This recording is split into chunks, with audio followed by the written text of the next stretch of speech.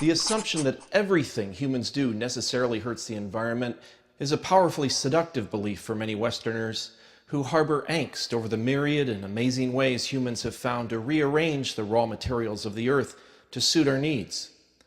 Our cars and planes and machines and gadgets and conveniences are all very nice, but they also complicate our lives.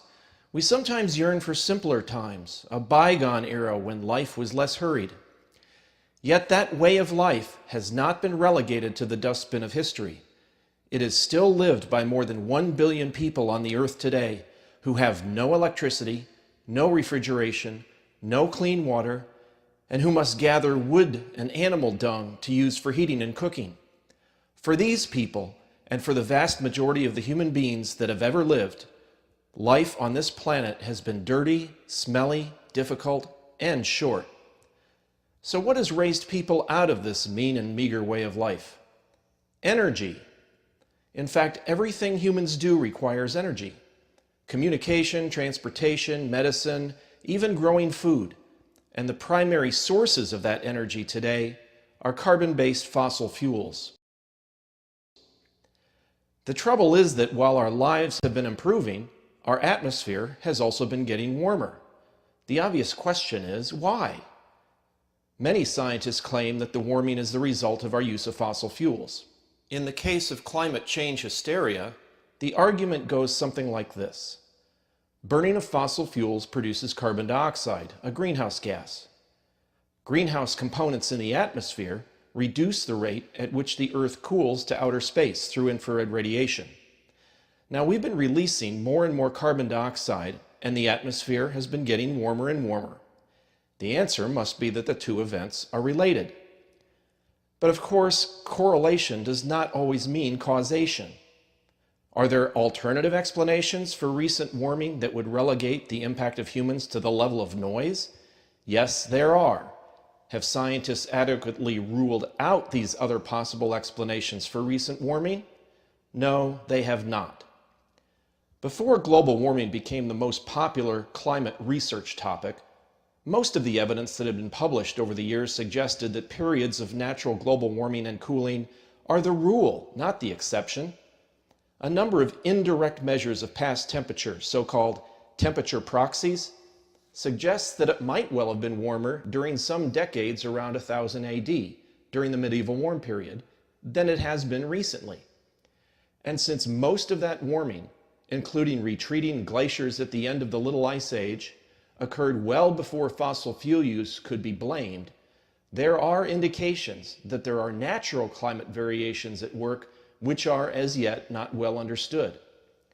While it is true that modern science has ruled out the most obvious direct influences on the climate system, like changes in sunlight intensity or ozone depletion, scientists have essentially ignored natural indirect sources of climate change generated by the climate system itself. The reason why is that we have not sufficiently detailed and accurate global observations of the climate system over a long enough period of time to understand the role of Mother Nature in causing climate change. You cannot study that which you do not have the data to study.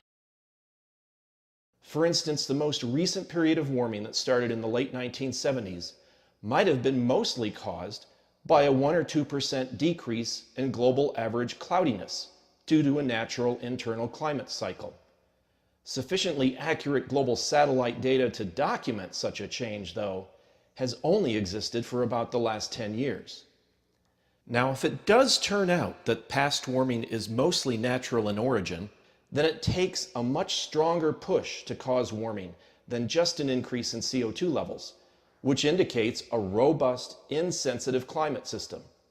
In that case, the natural warming can be expected to end at some point, and little additional warming from our greenhouse gas emissions would then be expected later. Since it has not warmed in the past 10 years, as most scientists expected it would, this is evidence that scientists have overestimated the role of carbon dioxide in climate change. The fact is, scientists and politicians alike have been too quick to assume causation when it comes to climate change. Like ancient tribes of people who made sacrifices to the gods of nature, Modern societies are too easily convinced that they are the ones responsible for weather changes, and that they can somehow atone for their environmental sins through changes in behavior. And this happens to be very convenient for politicians and profiteers who are intent on regulating global energy use for their own power and financial gain.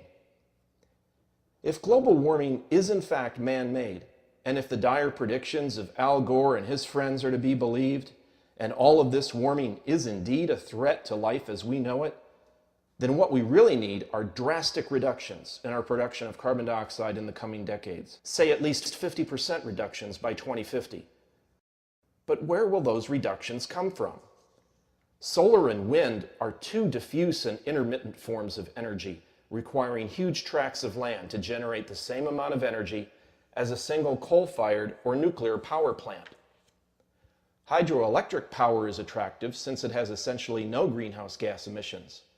Environmental concerns, though, are not only blocking the construction of new hydro dams, they are leading to the removal of some of the existing ones. Now, nuclear power is a particularly compact form of stored energy, but the disposal of spent fuel and safety concerns continue to prevent widespread acceptance of nuclear energy, especially in the United States. The bottom line is this: not only is green energy still relatively expensive, it cannot meet a substantial fraction of our energy needs. In total, solar, wind, hydro, and nuclear provide less than 15% of all the energy used in the United States, which means that the huge sums of extra money the government takes from you to spend on these systems is almost all pain for no measurable gain. Meanwhile, carbon taxes, or the hidden carbon tax that is known as cap and trade, only hurt consumers by taking more and more money out of your pocket. They will destroy wealth, increase the price of virtually everything, drive industries overseas where they can pollute even more, and substantially grow government and greatly restrict personal freedoms. Which leaves us with only one immediate and effective way to reduce greenhouse gas emissions: to simply cease all economic activity, all commerce in the world. To return to that mean and meager state from which carbon-based energy delivered us in the first place: dirty, smelly, difficult, and short lives. So what is the answer?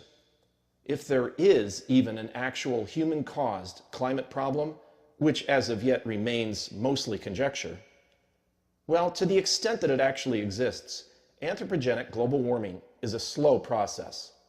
Even if we assume that the current predictions of a sensitive climate system are correct, the average future warming rate is expected to be little more than 0.02 of a degree Celsius per year. So why is it that there is such a strong push to act now? Why do politicians keep claiming we have only a few years left to save ourselves, or that the latest UN meeting is, once again, our last chance to avert global disaster? Instead, why not simply allow time and the efficient forces of supply and demand, human ingenuity, and the power of the free market to innovate technological alternatives far beyond those we have currently created? And if it turns out that the climate system is in fact robust and insensitive, then destroying our engine of wealth creation and reducing civilization back to its pre-industrial roots will have been for nothing.